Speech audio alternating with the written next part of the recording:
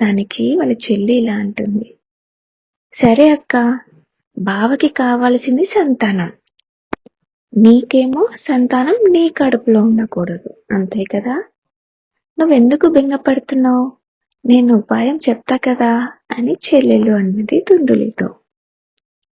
నేను ఇప్పుడు గర్భవతిని కదా, ఆ పండు ఉన్నది కదా, అది నువ్వు తిన్నట్టు చేసి పెరట్లో గోవు ఉంది కదా, గోవుకి పెట్టేసి నేను తినేసా అని చెప్పేసే బావకి అని అన్నది. మరి సంతానం గురించి అడిగితే బావ ఏం చెప్తావంటే, నాకు కలిగేటటువంటి సంతానంని రహస్యంగా నీకు ఇచ్చేస్తా అని అన్నది చెల్లెలు.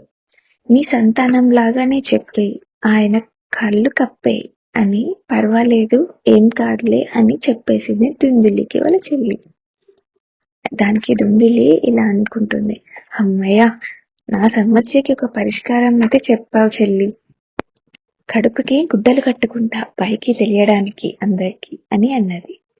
ఒకరోజు చెల్లెలి సంతానాన్ని పుట్టిన వెంటనే తెచ్చుకుని నాకు సంతానం కలిగింది అని చెప్పింది దుందులి తన భర్తతో.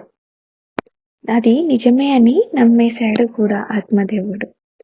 అయితే ఈ పిల్లాడికి ఆత్మదేవుడు దుందుకారి అని పేరు కూడా పెట్టాడు. భార్య పేరు దుందులి, అలానే కొడుకుకేమో దుందుకారి అని పేరు కూడా పెట్టేశాడు. కొద్ది రోజుల తర్వాత గోవు కూడా ఈనింది, సంతానం కలిగింది. ఆశ్చర్యంగా ఆ గోవుకి కూడా మనిషే పుట్టాడు. చాలా ఆశ్చర్యపోయాడు ఆత్మదేవుడు.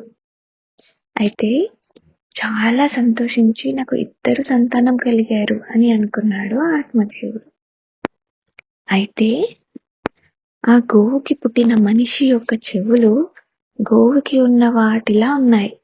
అందుకే అతనికి గోకర్ణుడు అని నామకరణం చేశాడు. ఈ 2 సంతానంలో దుందుకారి చాలా దుర్మార్గుడయ్యాడు.